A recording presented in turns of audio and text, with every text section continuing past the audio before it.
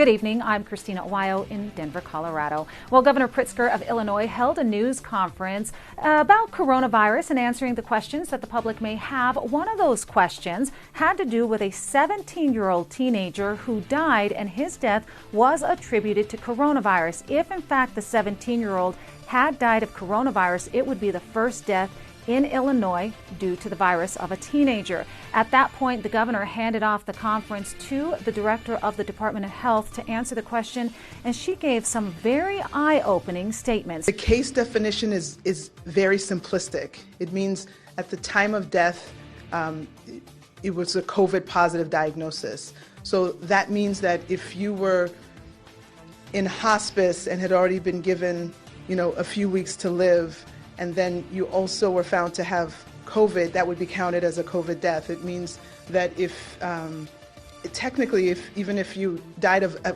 clear alternate cause, but you had COVID at the same time, it's still listed as a COVID death. So everyone who's listed as a COVID death doesn't mean that that was the cause of the death, but they had COVID at the time of death. I hope that's helpful.